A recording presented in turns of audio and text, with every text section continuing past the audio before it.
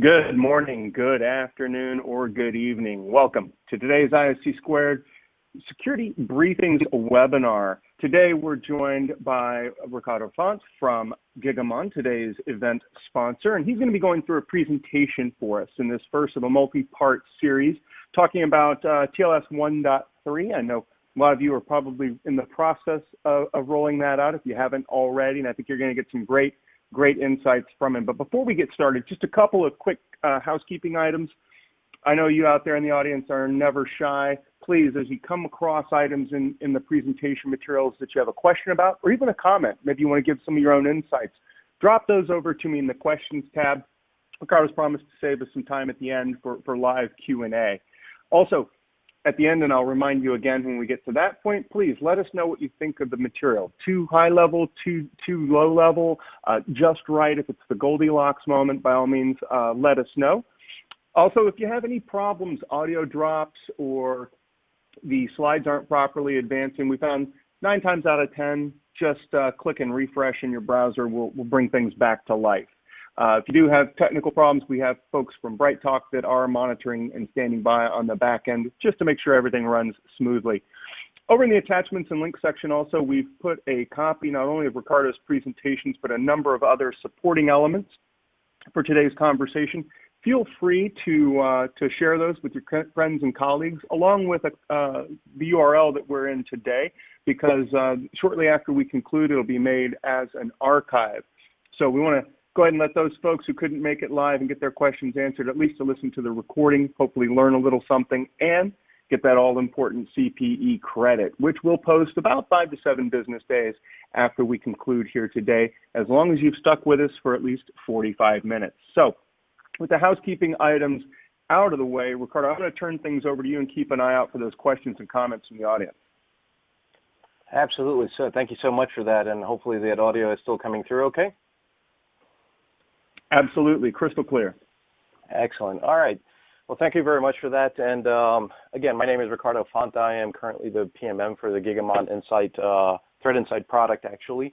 And I'm here to talk to you a bit today about TLS 1.3 and generally speaking, what is involved with, what's new in this new private world that the TLS 1.3 protocol is about. What are the changes that have occurred with that protocol? What are some of the concerns that you should have and potentially are already encountering for that matter upon deployment and updating your infrastructure toward the support of the TLS 1.3 protocol.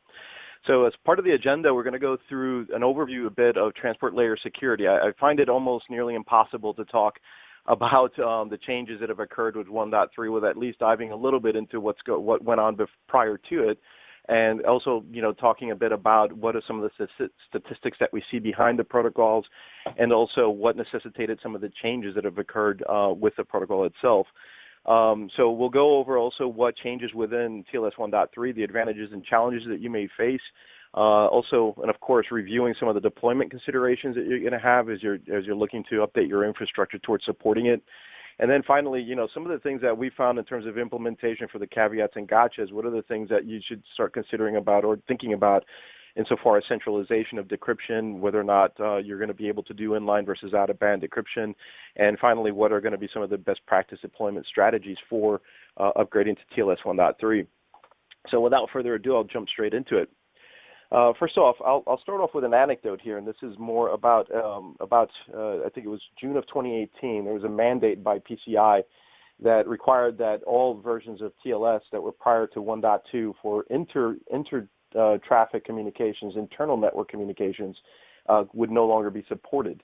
And so that, I was with another organization at the time, and I had a set of security teams and my developers and whatnot that we're looking at, hey, with this new TLS 1.2 mandate by PCI, what are going to be the updates that we're going to have to do insofar as the applications are concerned? And even this being June of 2018, right, there was a fair number of app vendors that went scurrying because no longer were there fallback mechanisms to previous versions of TLS that were going to be supported. And we had to create our statement and to ensure our customers that we would be able to support it moving forward, TLS 1.2 that is being. And right around that time, probably a month or two afterwards, as we've already sent out our communications to our clients, I started looking at potentially updating our product suite toward the support of TLS 1.3, which had yet to be ratified. It was in the process of happening.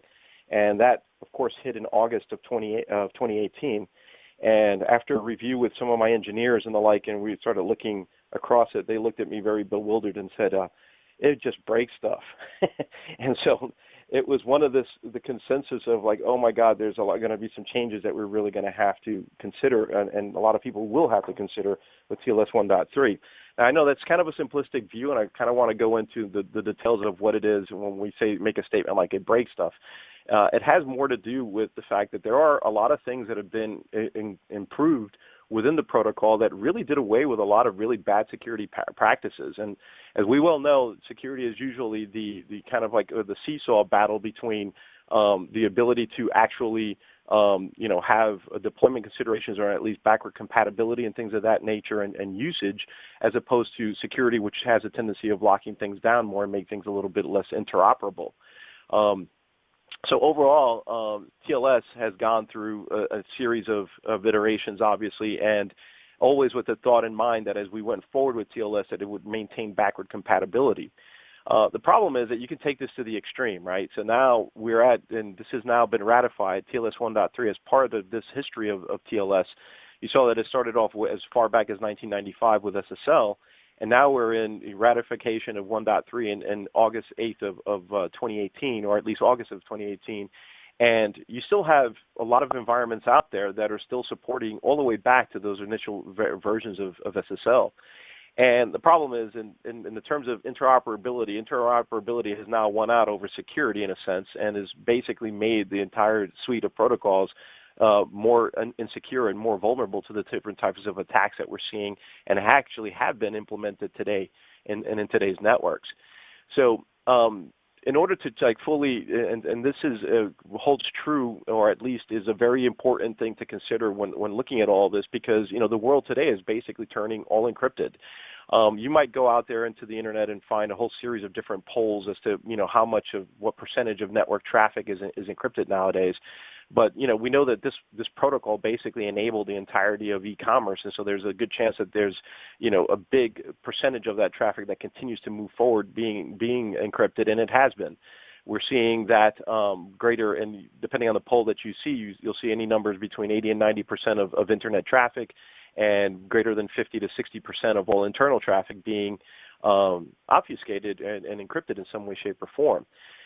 We were curious about the very same thing in our organization, so we went ahead and actually created or went and polled our set of customers internally to Gigamon, and started looking over a period of 4 months to see, hey, do these numbers, what are the numbers that we're seeing, not only in what percentage of actually encrypted traffic exists, but also what types of encryptions are being seen. And we did this over 4 months between June of 2019 to September of 2019, and we, analysis of over 275 billion flows.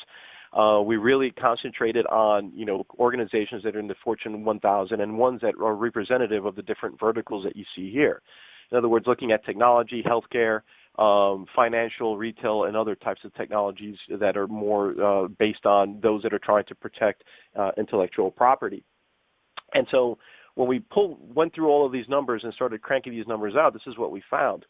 First off, the numbers that we saw for east-west traffic, and this now being the traffic that is actually exchanged within the network, we saw that of those polled, of those dozens or so that we polled, we saw 56% of that traffic being encrypted in some way, shape, or form.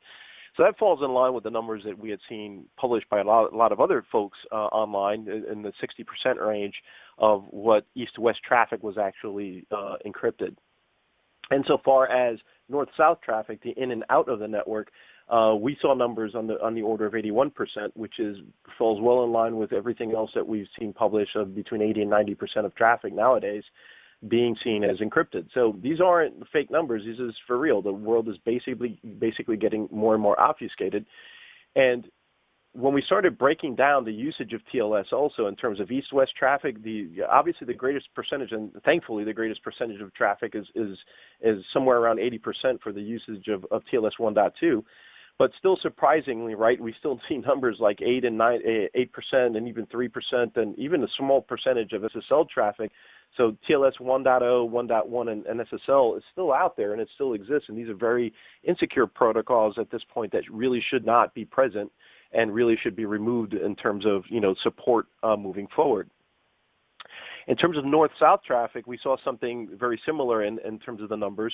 And we're seeing that we have, via version 1.2 also in the 77% range. But what was actually, in a certain way, a little surprising to us was that the uptick on TLS 1.3 was actually already up to 20%.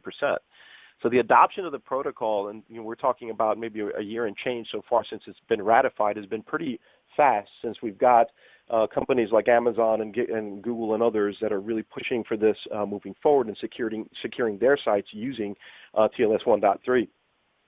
Now, for organizations that fall under regulatory compliance, this is also pretty interesting, since under regulatory compliance, you really need, in order for you to inspect traffic, you need to be able to decrypt the TLS traffic and actually inspect the payload itself and enforce whatever policies are mandated by your specific regulations.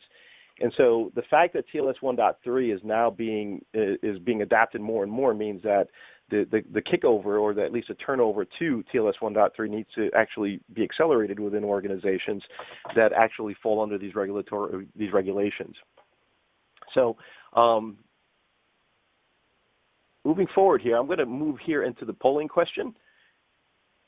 And right now, so in terms of your organization, we're putting out there insofar as the poll, is your organization currently inspecting the encrypted traffic? Go ahead.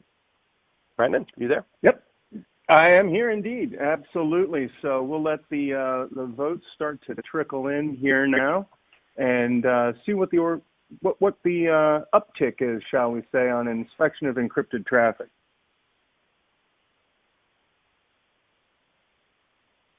And my guess is that these numbers are probably going to be pretty high. This is something that organizations just need to do. Well, it's interesting here. Looks like not currently, but planning to do so is currently pulling into the lead here. As folks continue to let them go, let these trickle in. We'll give it about another 10 seconds or so, and then we'll go ahead and close the polling with some final numbers here. All right. So yeah, we're looking like just shut the poll down. It looks like about 28% are actually saying yes, but only on inbound and outbound from the internet.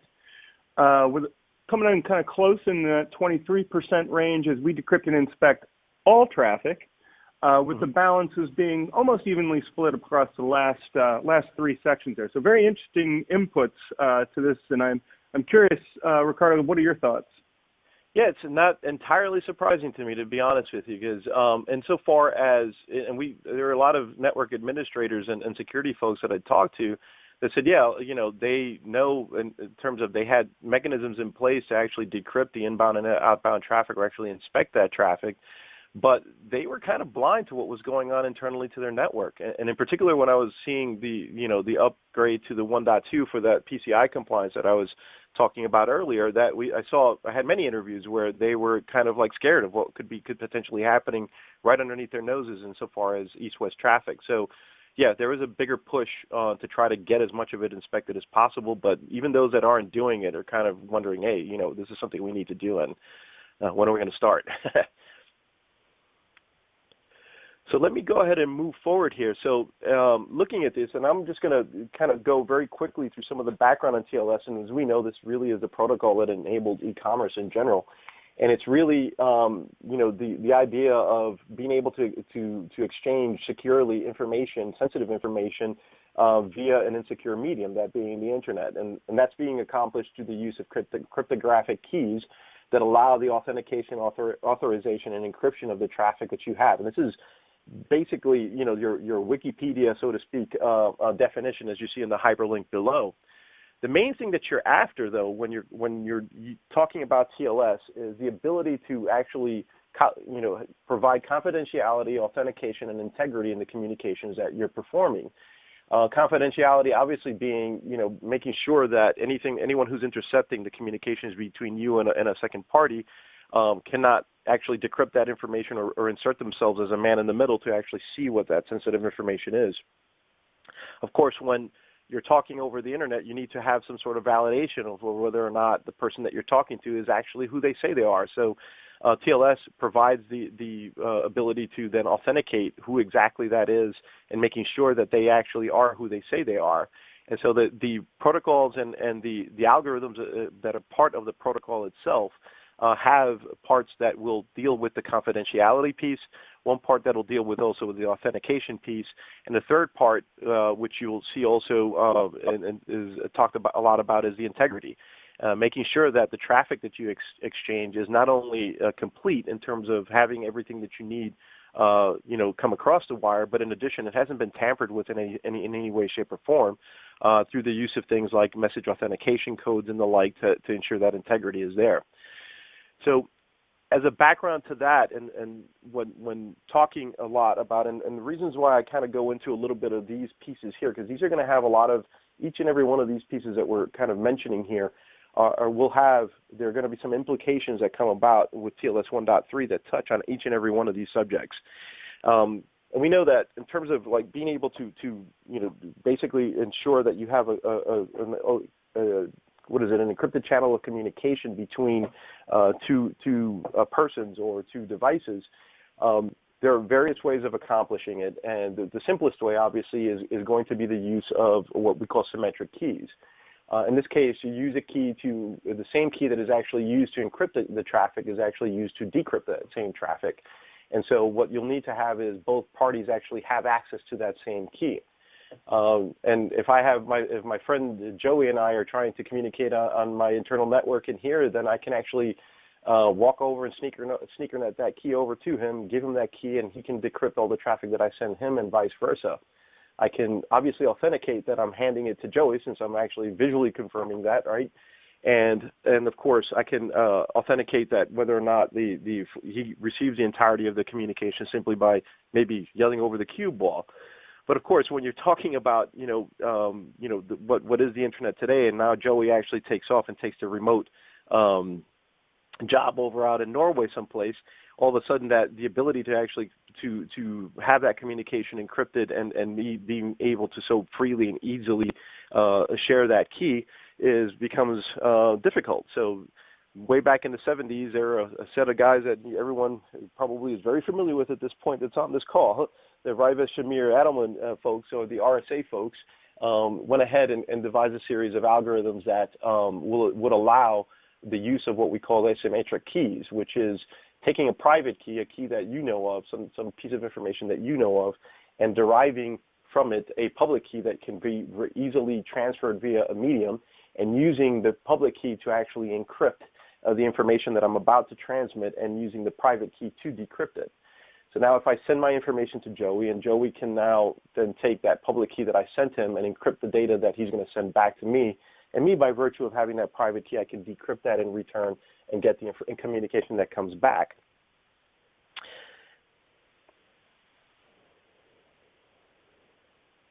Okay, hopefully that wasn't interrupted there. So now what's important about all of this, and why is it that I'm putting some emphasis on this, is because what you may be used to in terms of everything that has to do with how TLS worked, insofar as symmetric keys and the calculation of a symmetric key, which in TLS parlance is the session key that's actually used to actually communicate between two devices. A lot of this changes within the actual implementation of TLS 1.3. So, and looking at this, we're going to look and dive in a little bit more deeply as to what changes for each and every one of those parts. The first thing is, let's just, as a quick review, what happens in the classic TLS handshake is depicted here in this diagram. And so if I'm talking to Joey out in Norway someplace, in order for me to talk to him, and I'm being the client and Joey being the server, I'm going to include as part of my communication when I first connect to that particular device, after the connection is established, in other words, my SYN-SYN-ACK ACK is completed, my client is going to send a client hello over to that server, and within that hello piece, is going to be a set of not only the TLS version that I support, do I support 1.2, 1.1, 1.0, whatever it might be, and also a collection of the cipher suites that I support. The cipher suite is basically is a collection of these algorithms that are going to be used to provide the three things that we were talking about: confidentiality, authentication, and integrity. And we talked about two just a second ago. The folks at RSA that created one type of algorithms, and there's also in the 70s a series of algorithms that were created by the Diffie-Hellman guys. And depending on what it is that the client supports, the server is going to respond accordingly and say, okay, if you support the use of certain types of algorithms, and client is going to send them a list, and the server basically is going to look at that list and say, okay, I support those too, and it's going to negotiate within that handshake that is occurring on the TLS side the highest level of encryption possible. So if you say that you support TLS 1.2, 1.1, and 1.0, you will default to using TLS 1.2. And if you support a series of cipher encryption suites and the like that have high level of security, those are the ones that are going to be by default negotiated within the transaction. So what returns back from the server is not only the set of suites that it supports, but also it shares its certificate. The certificate, the public key certificate, which most of you will know is the X509 certificate, it's basically the public key, or it's at least a excuse me, it is a document that is validating that you are the owner of that particular key. And those keys, those certificates are going to also be digitally signed according to whomever it was that actually you bought that key from. So if I go out to a VeriSign or something like that, purchase a certificate, and then have it digitally signed, the server, in essence, authenticates, or at least is using this third party as almost like a notary public, saying like, yeah, you've communicated to server X, Y, and Z, and I actually am that server right now by use of your being able to digitally verify the signature that I put on this key, on this certificate, and you go out and actually validate that with VeriSign that I actually did purchase that from them. So that information gets exchanged back to the client. And then depending on the negotiated types of cipher suites and the like, a whole series of exchanges occur in here. And in the example depicted in here, this is actually what occurs with the RSA algorithm, in which case you have a series of calculated values that are called the pre-shared keys. And since now there's been an exchange of information dealing with the public keys themselves, if you notice from step 3 down to step 4, this is grayed out here. This communication that now happens between the client and the server is encrypted, and it uses the exchange of these different pieces of information to then state, okay, we are now going to negotiate and actually derive a shared private key that is actually going to be a symmetric key used by that client and by that server, and then establish a secure tunnel between the two devices for the rest of the communication. So a couple of things that are happening in here is that, first of all, we're encrypting part of this communication. We're validating that we are who we say we are. And in addition, there will be, at the end of this, the calculation of a message authentication code that is going to then dictate, or at least make sure that there is a valid exchange of information, that the information is integral, or at least that hasn't been compromised in any way, shape, or form. Now, on the left-hand side of this column also, take a look at the fact that you have basically the exchanges between the client and the server occur in 2 round trips. You have one round trip negotiating exactly what suites are going to be used, and then a second round trip that starts the encryption process and the negotiation between that client and server. These are the areas that were actually identified as like, hey, we need to actually kind of clean things up when we started looking at the TLS 1.3 protocol. And that work started somewhere around 10 years ago in terms of considering what exactly needed to change within this classic TLS handshake to make sure that things were, both secure and fast moving forward. So on the first part of this is the negotiation first of the cipher suites. What exactly is that the client and the server is going to use to actually communicate? And the cipher suites in the TLS 1.2 and prior are going to look something like what you see depicted here. You're going to have a long string that says TLS, and then they'll have another option in here, or at least a set of characters in here depicting something like ECD-DHE, ECD-DSA, and then with AES. And each one of these are referring to a specific part or specific protocol or algorithm, I should say. that is being used within the TLS protocol to actually negotiate certain things. So in this case, TLS is the protocol. ECDHE, which is elliptical, curved, diffie-Hellman, and ephemeral, is being used as the actual key exchange algorithm. So in other words, how exactly am I going to calculate those public keys and the like and exchange that information? Then actually how exactly am I going to verify and validate that the server is who they say they are, which is our signature algorithm. And then finally, what are we going to use to actually encrypt the session itself when we derive that actual session key? And how we're going to validate finally using SHA-256 in this case that the information is actually, there's integrity of the information that we've exchanged. Now, looking at all of that, when you start looking at TLS 1.2, TLS 1.2, there's something like 35 cipher suites that were basically supported by the protocol itself. An ungodly amount, and what it was basically used for is being able to allow compatibility all the way back to even SSL version 3. Now, what you're going to see in the listing, and I've got something around 18 or so of the more popular ones listed in here, what you're going to see in this whole chain of things is that when moving toward TLS 1.3, the amount of cipher suites that are actually supported is radically less. This has actually been dropped from 30 plus to down to 5. And we're going to take a look at exactly which are the ones that are being used and the like. So let's look at what changes and what are the advantages and challenges in what we're talking about. I see also I see a number of questions here that we'll address at the end of the lesson here, or at least of the talk. So we'll get to those when we get to that point. And so at least the things that have happened with TLS 1.3, first of all, it's, again, released in 2018, and it's defined in RFC 8446, and we've included a series of hyperlinks that actually will give you the RFCs exactly where these things are defined. But in a nutshell, 1.3 was really necessitated by the fact that you needed better security and better privacy.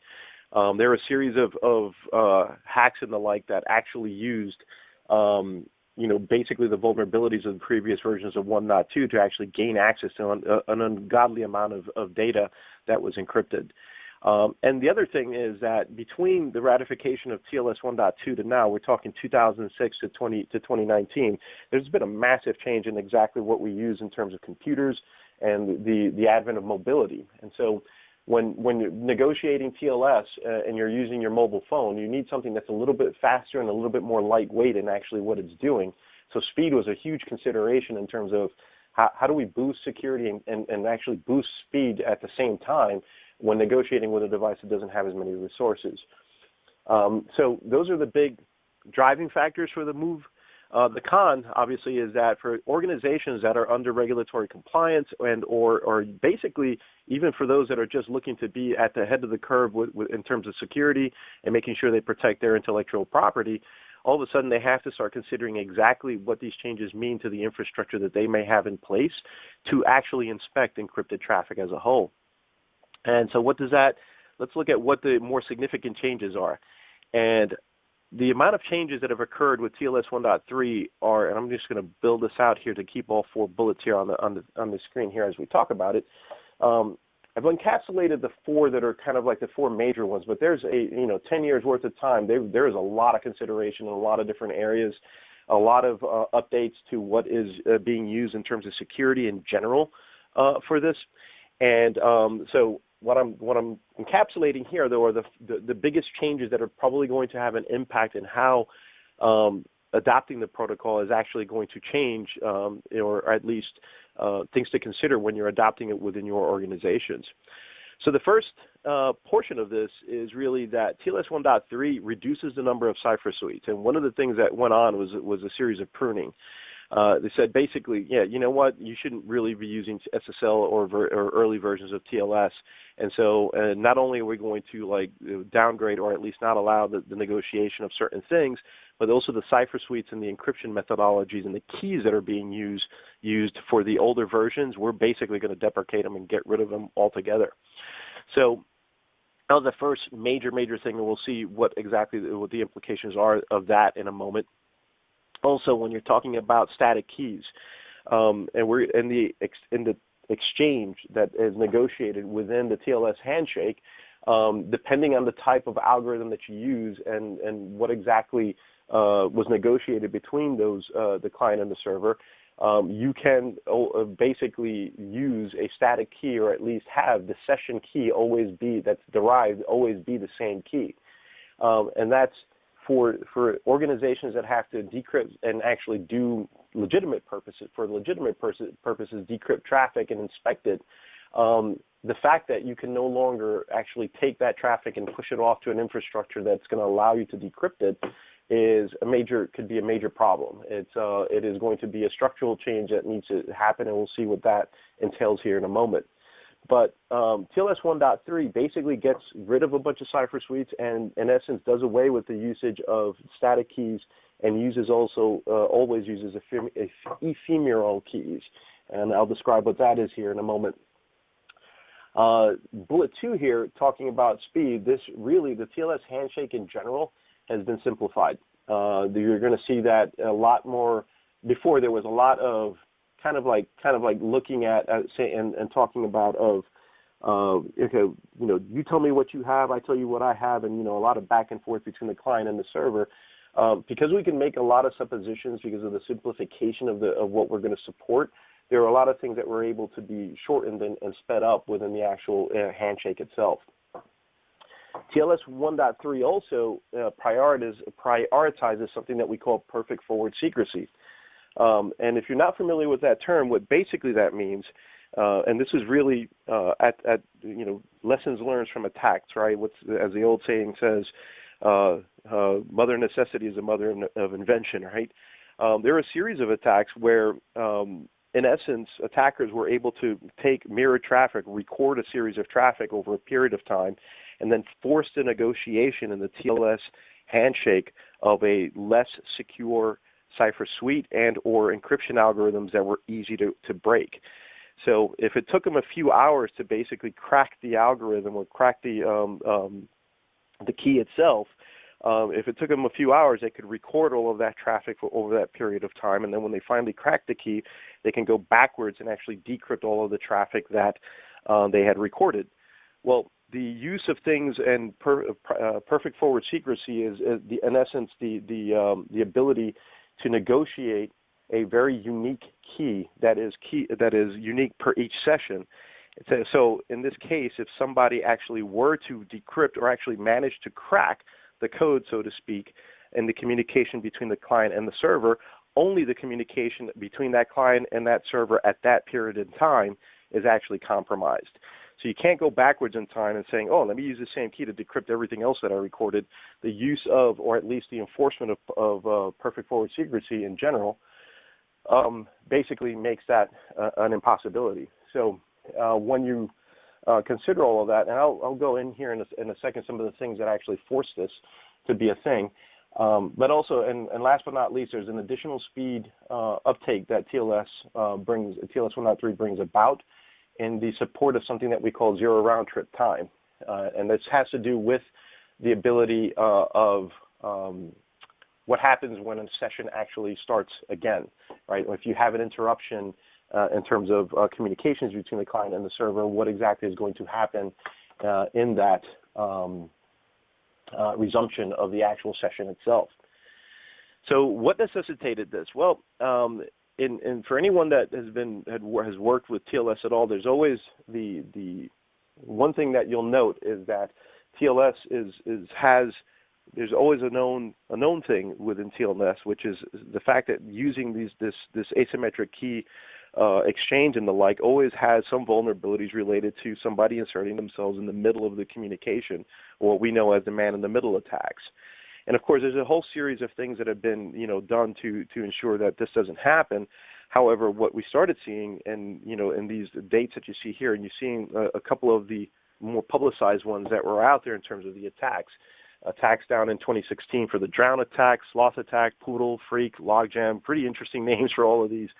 But a lot of them basically involved somebody inserting themselves between the client and the server, and so and every time if you were able to insert yourself in that communication, you can negotiate the exchange or the TLS exchange with the client, and then negotiate the TLS exchange with the server, and basically sit in the middle and be privy to all of the communication between the two.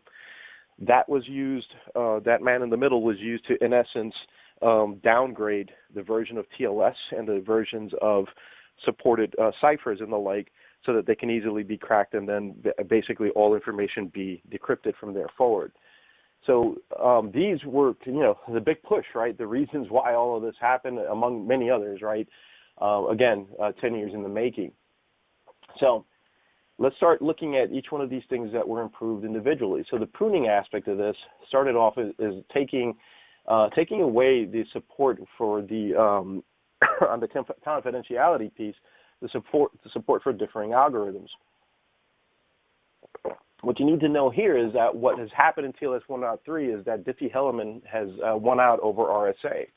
And so insofar as key exchanges are concerned, the preferred key exchange right now for TLS, by default, there's only two supported, is going to be Diffie-Hellman ephemeral and or the use of the elliptical curve portion of that same algorithm. And we'll talk about that in a moment as to what that exactly entails. Insofar as the rest of the cipher suites, and cipher suites and the implementation of them is a little different now. You notice that they're a lot shorter, because we already know that the algorithm itself that's used for the key exchange is already pretty much predefined. And now what you're defining within the cipher suite is just basically how you're going to do the confirmation, the authentication, and also how you're going to validate the MAC and things of that nature. So those have been reduced to 5. So these are the 5 that are now currently supported within TLS 1.3. So for anyone that's running an old server out there that hasn't been patched in years or haven't looked at this or just basically implemented it in a bad way, if you go to 1.3, you have to go back and consider that this is now what's being used and could affect communication. There's a huge second piece of this, huge savings in the handshake itself. So before we used to have 2 round trips, now we have a singular round trip, and more is being done in each one of these communications. So if you notice here, the client, in addition to this, because of the fact that now we've centered on just an algorithm or two basically to do the key exchange, the client can make some assumptions and actually take some guesses, and actually this becomes almost an if-then statement, can actually choose one of 2, and then the server can tell you whether or not he guessed right or not, and then start the negotiation a lot quicker. That also allows the client to basically exchange and start the key exchange further up in the process, which then allows the server to then come back and communicate back to the client already in an encrypted tunnel. What does that mean, and what does this all translate to? Well, back in the day with 1.2, you actually can, in the first parts of that handshake, the actual certificate that was being exchanged, or at least the cert that the server sent to the client to validate that they are who they are, that would send in clear text in the old days. And nowadays, with TLS 1.3, you're actually going through an encrypted tunnel. In other words, you can't see the actual server cert any longer. Obviously, this is to avoid impersonation and things of that nature. And in addition to the cert itself being in an encrypted tunnel, the entirety of the communication between that client and server is also digitally signed. So we're not talking about just signing the cert, but this is now actually signing the actual communication itself. So when somebody is actually trying to insert themselves as a man in the middle in these cases, they would have a harder time being able to do such a thing, simply because they would also have to validate somehow, or at least show that they are who they say they are with that digital signature. So a lot more being done on the actual, or at least suppositions made, and a lot of the math is taking place a lot quicker within these. So there's a big reduction in terms of the total time used for the calculation of all the session keys and the like. And so each one of these steps in here will give you a lot more detail as to what is happening with each one. But again, a lot of things have been consolidated within the communication itself. So there's a handshake or savings. And so if you're going to compare, for instance, TLS 1.2 versus 1.3 side by side, you're going to see that a couple of things that differ here. The round trip times obviously are going to be changed between TLS 1.2 on the left and on the right-hand side, TLS 1.3. But you're also going to note that since there's going to be certain things that are going to be encrypted higher up in this chain of events in here, if you had inspection technologies that were actually using things or actually looking at things like the server cert, you're going to have to reconsider and actually rethink how exactly you're implementing some of those security pieces, such as inspection using blacklists and whitelists and things that are actually looking at the server name identifier that's actually exchanged in the client and is actually confirmed with the actual certificate. Things of that nature need to be reconsidered when looking at these and moving forward with 1.3. One of the other speed increments that occurred was the implementation of something also called zero round trip time, or zero RTT.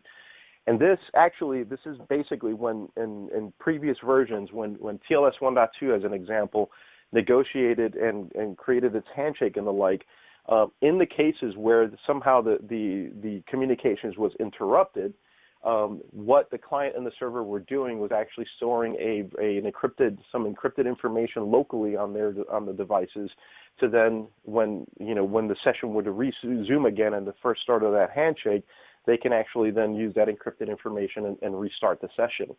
Well, some of that was deemed insecure, and also a way of trying to speed up that whole process was also looked at. And so the idea was that instead of actually, storing this encrypted information, when the session key was actually created and or negotiated, the server and the client would also negotiate and actually create 2 or 3 more certs that, in essence, they almost like agreed upon certs, right? They say, okay, we created the first one, and by the way, if you actually go offline for any reason, use the second one in the list that I'm about to send you. And so all of that was created with a series of lists and the like that are then maintained by that server and the client itself. And so the ability to actually resume a session a lot quicker can be done with zero RTT in TLS 1.3. Now that is a hyperlink in here about IETF and some of the things that they've talked about, because others have brought up some objections to this, because they say, hey, a lot of this is vulnerable to HTTP replay attacks, and I'll let you guys, peruse on your own the nuances of that type of attack also. The reality is that in almost every single version of TLS since almost the very beginning there's been a lot of known vulnerabilities that have happened and things that are potentially feasible. And for that matter, even the entirety of being able to crack a key is based on the fact that you're making it mathematically or at least computationally difficult to do certain things. It's not necessarily in the realm of impossibility that some of these things might happen, but what you're trying to do is make it a lot less likely. And IAT, the engineering task force answer to this was, hey, implement more policies to make this less likely as you're moving forward. So, and I know I'm coming up on time here also, but we'll talk a little bit about also the idea of perfect forward secrecy, which is the notion basically of not being able to decrypt with a hacked key at this point any sort of previous traffic that you have, possibly recorded within a particular recorded session. And so in order to do that, what you need to be able to do is then actually ensure that every time that you negotiate a session key, when you're actually exchanging information between a client and a server, that session key is unique to the session that session that you just created. In other words, if I did this yesterday and then I compare the session key between yesterday into today, I should have a different session key, which doesn't allow then the backward decryption of information. And so that's actually taken care of within the Diffie-Hellman ephemeral exchange that occurs within the new, or at least I won't call them new because they were around for TLS 1.2, but actually the enforcement of the Diffie-Hellman ephemeral algorithm itself to do these calculations.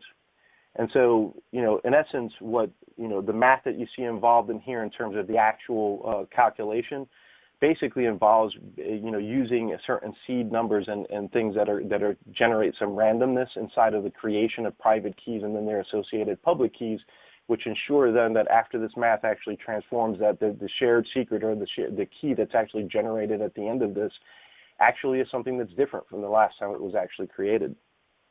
You're going to hear also the talk about not only Diffie-Hellman ephemeral, but also it's associated, the elliptical curve. I'm not going to get into the math of the elliptical curve piece. I didn't include it here, but in essence, in a nutshell, what it allows you to do is use the properties of an ellipse. And for those of you that are mathematically inclined, using x squared over a squared plus, y squared over b squared equals 1 using equations that define an ellipse, you can actually create keys that are just as powerful using smaller numbers. So what EC allows you to do is actually ensure high levels of security and have the calculations that are involved here actually be a little less cumbersome to occur. So that ensures that you don't have, or at least perfect forward secrecy. The Diffie-Hellman ensures that. In addition, TLS 1.3 has a series of things, or at least inclusions that at least make a downgrade attack less feasible. We talked a little bit about the fact that you had to digitally sign the actual session. You have also fields within the actual exchange that occur at the first part of the handshake that actually are visible to TLS 1.3 systems, but not visible to TLS 1.2. If there's any chance of a TLS 1.3 system seeing someone that's actually trying to downgrade to lower versions of TLS, it immediately cuts the connection. So it already has at least some protection for certain types of downgrade attacks. Lessons learned, again, the hard way from the attacks that did occur.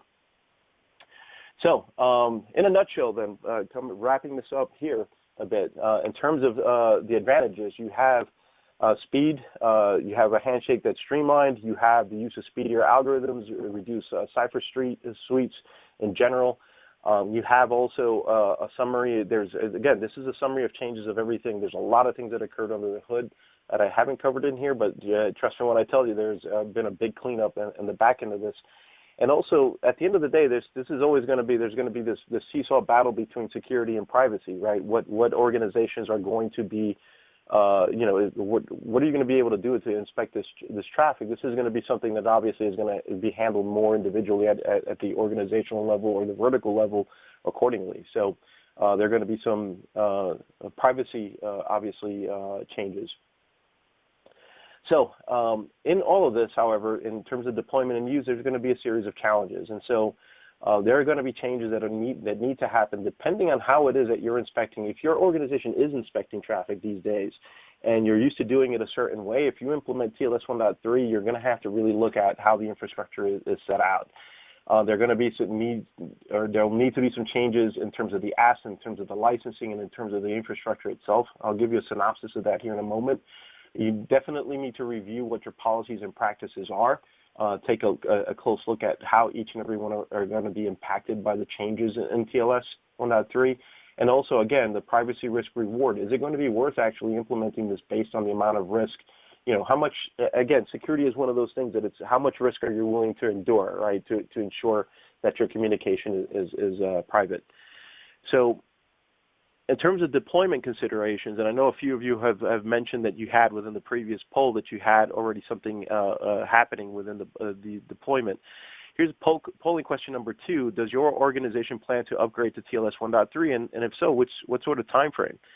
So you're still out there, Braden? Absolutely, sir. I've been watching the questions roll in, and we've got the polling open now. So folks, go ahead and make your selections there.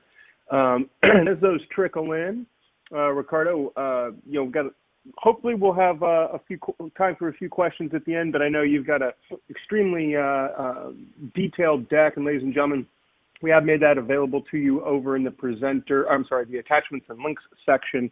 So head on over there and you can get a copy. I know some of these diagrams are a little hard to follow over the course of our conversation here, but you can have those for future reference.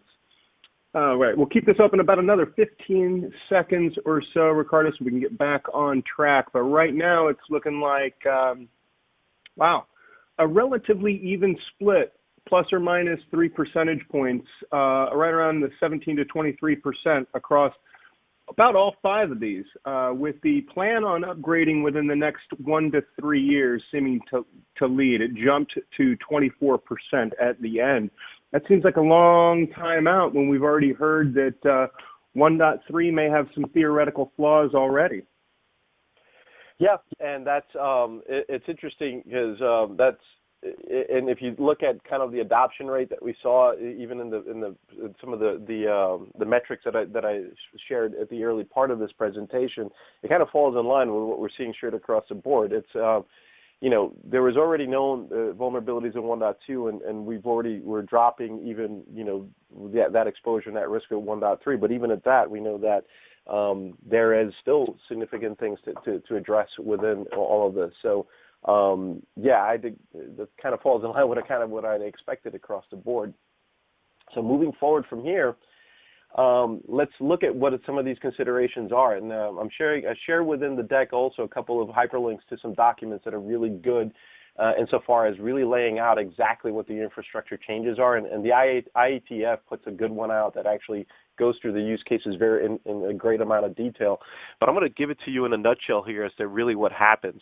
So when you're doing inspection, most organizations, when they do inspection of traffic, right, they more often than not are centralizing that inspection in some way, shape, or form.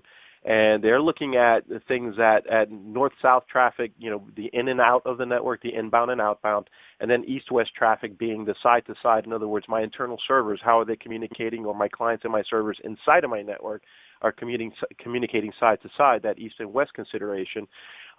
They tend to have a tendency of trying to split that traffic, or at least centralize the decryption of that sort of stuff, and have an inspection point so that you can actually decrypt that traffic in one spot and then feed numerous tools with that.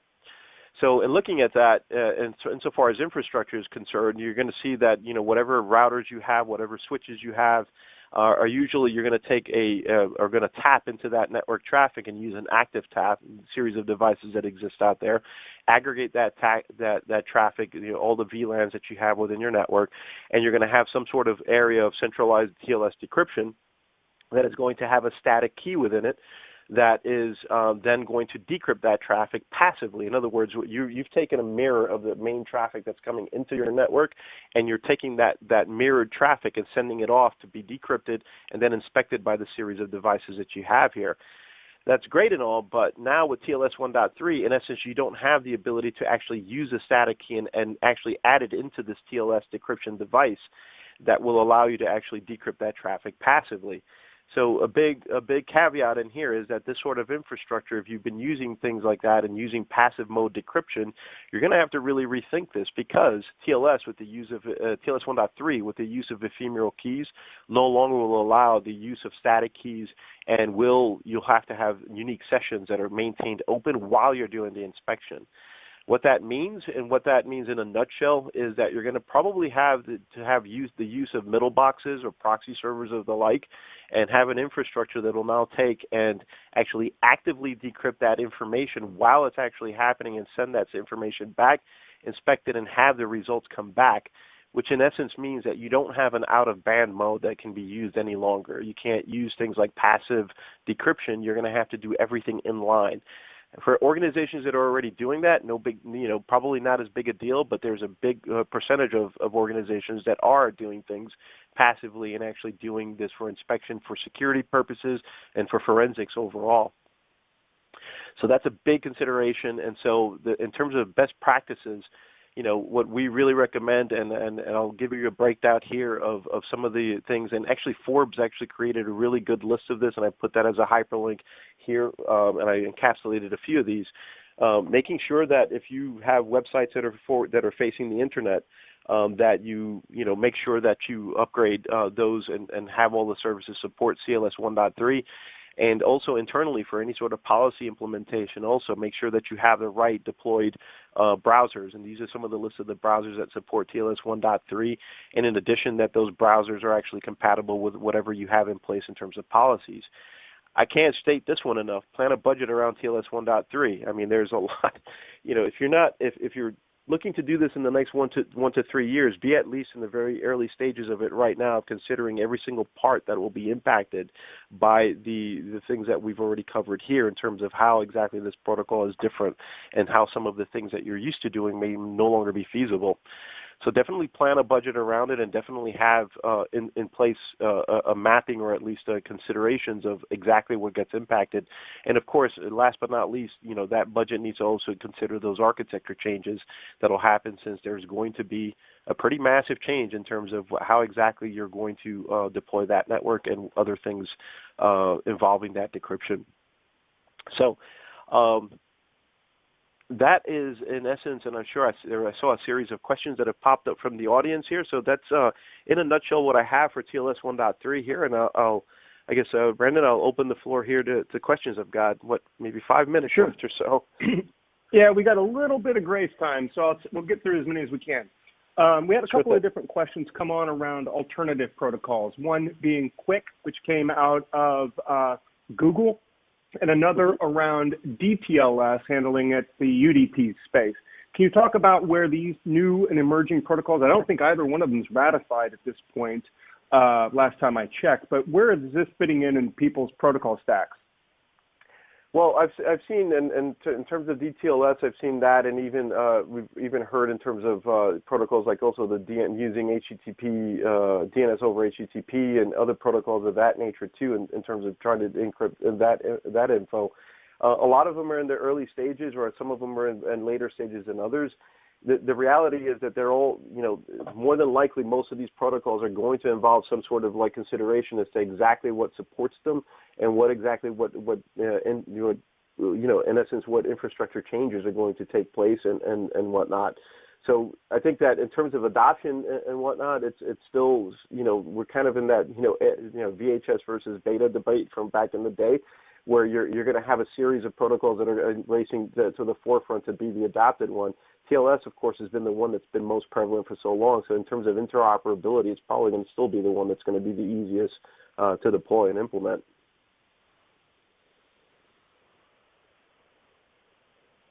Did I lose you? Nope, not at all. I was just scrolling through the questions. Got it. What are some reasons that people are giving? We saw that alarming statistic, 1 to 3 years to get through this transition. What are you hearing out there when you go and you talk to customers? What's holding them back? Are there any valid reasons? I mean, you mentioned it, quote, breaks things. What are some ways for people to kind of overcome that resistance that they may have from their app dev or networking teams? Absolutely. That's a couple of things with that. And I think it goes really to there's an underlying question that the folks are still looking to answer, which is, do I really need to go to TLS 1.3 at all? Is 1.2 enough?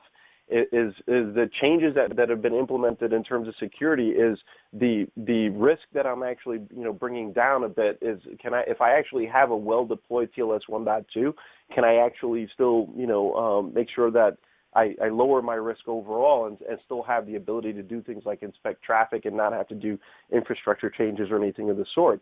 I think most folks are in that hesitation mode for precisely that reason, and also the implications around privacy. In essence, you're obscuring so many more things, and there's always, when it comes to privacy, there's you have privacy all the way to the end user. What am I opening up? What can of worms am I opening up when I do that? And, in terms of malware that's out there that's actually going to take that as an advantage to them. So I think that generally there is yes, let's examine this, but we're still not taking the steps just yet, because we still have some fundamental questions to ask, because these all bring them to the forefront, because the changes have already been made. I got time for one more, Ricardo, and this one's kind of a doozy, but people have already made a lot of investments, be it at next generation firewalls, DLP systems, et cetera. Can you tell us, in a nutshell, is the question, what's the approach to fully inspect TLS 1.3 communications wherever they're needed in the security stack? Can you give us some of those core touch points that people need to take into consideration? Because this is going to have far-reaching impact. Absolutely. I mean, the core touch points is really going to be, first off, when you're talking about the fact that you can't use static keys any longer, and you have to keep a session open. That means that you're talking about the investment in a middle box that's actually going to do that inspection, or at least that decryption for you, and keep that session open while it's actually implementing policies. The first part of that is that if that inspection box is your firewall, it's going to be taking a much larger resource hit. So whatever you've already scoped for your firewall in terms of the decryption of it, it's going to take a lot more. In terms of what it's actually handling. So you're talking potentially more investment when it comes to that sort of infrastructure overall.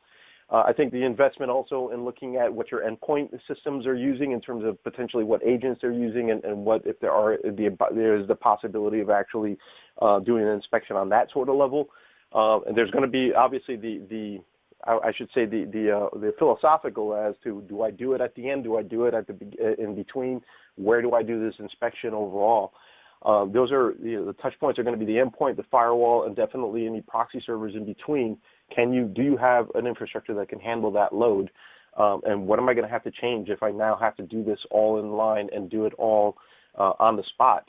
Forensics get impacted for the same reasoning. Your security teams are not going to be able to store as much of that information or actually have to make decisions, which in terms of triaging is probably still already something that's already in play. But when you're talking about deep level forensics, it's definitely that impact is going to be huge for those teams also. Fantastic. Thanks again. No, you're in. Thank you very much, Ricardo. Super informative. Great primer on TLS, teeing up the next sessions. Ladies and gentlemen, over in the attachments and links section, I know a number of you have already jumped over there. We do have upcoming sessions on this over there, as well as some additional materials for you to download. So please feel free to share that with your friends and colleagues who couldn't make it. And we ask on your way out, please let us know how we did. I noticed a number of you have already given us feedback. I think this was great. A number of you said it's a perfect refresher, and I couldn't agree more. Ricardo, thanks so much for kicking us off, and I look forward to continuing the conversation. You bet. Take care.